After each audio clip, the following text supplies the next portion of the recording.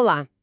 Hoje a gente vai mergulhar de cabeça num dos debates mais difíceis e polarizados que existem, a questão do aborto. Com certeza. Mas o nosso objetivo aqui é um pouco diferente, sabe? Não é escolher um lado, mas sim tentar entender a anatomia do conflito em si. Porque as pessoas não conseguem nem mesmo concordar sobre os termos da conversa. Pois é. E para essa investigação a gente tem um material fascinante. São duas fontes que, olha, se complementam de uma forma muito poderosa. Sim. Por um lado, uma análise quase cirúrgica do debate, e por outro, o debate em carne e osso com toda a emoção e a dor que ele carrega. Exato. A primeira fonte é uma análise em áudio de um podcast chamado Mente Ateísta, no episódio Fé e Razão. Ele funciona tipo como um manual de instruções, sabe? Ele disseca um debate entre ateus e cristãos para mostrar as engrenagens por trás dos argumentos. A estrutura lógica. Isso, as estruturas lógicas, as falhas de comunicação, os vieses cognitivos de cada lado. É como ter acesso à planta baixa do edifício. A gente vê onde estão as vigas de sustentação e onde as paredes são, digamos, mais frágeis. Ótima analogia.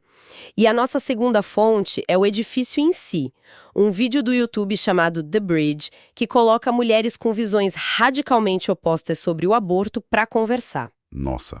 É cru, é real, é Visceral. Elas compartilham histórias pessoais, crenças profundas e a tensão é palpável. Então nossa missão hoje é usar essa planta baixa da primeira fonte para entender por que o edifício da segunda fonte parece tão instável, né? Porque as conversas nesse tema quase sempre desmoronam. Exato. O que é fascinante aqui é que isso vai muito além do aborto. É sobre como fé e razão colidem na praça pública e, talvez, mais importante, sobre como a gente defende quem nós somos quando nossas crenças mais profundas são questionadas. Certo. Vamos começar por um dos pilares que a análise do Fé e Razão aponta como um ponto de falha estrutural. A confusão constante entre a esfera privada e a esfera pública. A análise mostra que, no debate que eles estudaram, os ateus ficavam muito frustrados com o uso de dogmas religiosos para justificar leis para um Estado laico. E o ponto crucial é como isso era recebido do outro lado. Os cristãos no debate, eles não ouviam um argumento sobre laicidade, sabe? Eles ouviam um ataque direto à sua fé, à sua liberdade de acreditar. Um diálogo de surdos. A fonte descreve exatamente assim, um diálogo de surdos. Porque eles não estavam apenas discordando, eles estavam falando em frequências completamente diferentes. E essa dissonância nossa aparece de forma gritante no vídeo The Bridge. Tem um momento em que uma das mulheres, do lado pró-vida, afirma com total convicção: não são nossos corpos, são o corpo de Deus. Sim, eu me lembro dessa parte. E que o mandamento não matarás é uma verdade universal que precisa ser a base da lei. O que é a materialização perfeita desse conceito? Ela está pegando uma crença pessoal, profundamente sentindo uma convicção da esfera privada dela e a projeta como uma regra que deve governar a todos na esfera pública. Para ela, não tem distinção. Mas o que é impressionante é que, no mesmo debate, outra participante, também cristã, traça essa linha de forma muito clara. Ela diz algo como: eu não posso impor os padrões pelos quais eu vivo a outras pessoas. Exato. E ali, naquele momento, você vê o epicentro do terremoto. A discussão não é sobre ter fé ou não. Não é. É sobre onde a expressão dessa fé encontra o seu limite no espaço compartilhado de uma sociedade plural. A primeira mulher vê a fé como uma luz que deve iluminar a todos, quer queiram, quer não. A segunda a vê como uma bússola para a própria vida, mas reconhece que os outros podem ter bússolas diferentes. E essa é uma diferença fundamental. O que me leva a pensar, se a divisão é tão clara, por que é tão difícil para as pessoas enxergarem essa fronteira? Parece que elas estão operando com ferramentas mentais diferentes. Sim. E a primeira fonte tem uma pista sobre isso que vem da ciência cognitiva, não é? Sim, e aqui a conversa fica ainda mais interessante. A análise do Fé e Razão recorre à teoria do psicólogo Daniel Kahneman, que ganhou o Nobel, sobre os dois sistemas de pensamento que todos nós temos. O sistema 1 É rápido, intuitivo, emocional. É o nosso sentir no coração, nosso piloto automático. Aquele que decide em um segundo se a gente gosta ou não de alguém. Exatamente. Já o sistema 2 é o oposto. É lento, deliberado, analítico. É o pensamento que a gente usa para resolver um problema de matemática ou montar um móvel. Ele exige esforço consciente. E qual conexão disso com o debate? Bom, a fonte cita um estudo com mais de 60 mil pessoas que trouxe um resultado, no mínimo, provocador. Ele sugeriu que ateus, em média, se saem melhor em testes cognitivos que exigem a superação de uma resposta intuitiva e errada. Ah, é. Sim, ou seja, em tarefas que demandam desligar o sistema 1 e ativar o sistema 2. A hipótese levantada na análise é que sistemas de crença baseados na fé, por sua própria natureza, treinam e valorizam mais o sistema 1. A verdade é sentida, não calculada. Espera, isso é uma virada de chave.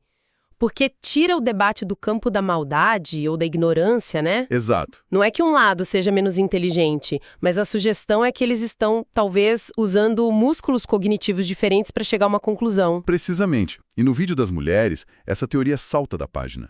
A gente tem o exemplo mais puro de um argumento de sistema 1 no testemunho da mulher que conta, chorando, sobre os 2 abortos que fez e como encontrou a redenção e o perdão em Jesus. Nossa, é uma história pessoal, é visceral, é impossível não se emocionar. E o motor do argumento dela não é um dado, é a experiência da culpa e do perdão. Uma narrativa poderosíssima. É o tipo de história que convence não pela lógica, mas pela conexão humana. Exato. E em contraste direto, você ouve argumentos que tentam operar no sistema 2. Fala sobre estatísticas de mortalidade materna, de mulheres negras, sobre as disparidades econômicas que levam a essa decisão. Sobre acesso a contraceptivos. Isso, sobre a lógica dos direitos reprodutivos como parte dos direitos humanos básicos. Que são argumentos importantes, mas que soam frios, quase burocráticos, quando colocados ao lado de uma história de dor e redenção pessoal. E aí está a colisão. É como se um lado estivesse apresentando um poema e o outro um relatório técnico. Ambos podem ser verdadeiros e importantes, mas eles não se comunicam. Eles não se cruzam. Não. O apelo emocional do sistema 1 muitas vezes ignora os dados do sistema 2, e a lógica fria do sistema 2 é incapaz de acolher a verdade emocional do sistema 1.